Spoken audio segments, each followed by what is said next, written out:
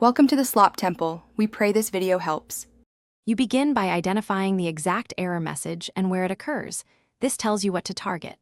Once done, collect logs, config files, and environment details so you can compare working versus failing cases. Reproduce the error locally with the smallest possible inputs to isolate variables. Make sure to record timestamps and versions. They matter. This targeted start prevents wasted effort and sets up the controlled steps you'll take next to change code, settings, or dependencies. You now isolate the root cause with a binary search through code paths and inputs. Narrow the range quickly to a single function or module. Next, swap configurations, downgrade or pin dependencies, or inject mocks to confirm hypotheses.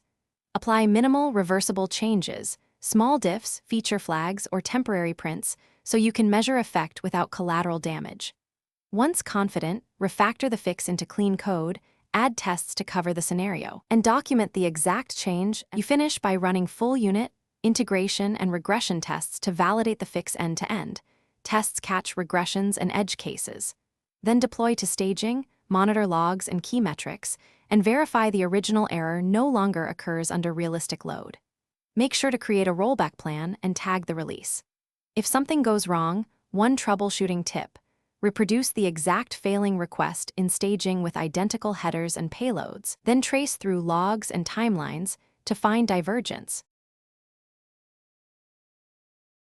Thanks for watching. Consider subscribing if we helped you.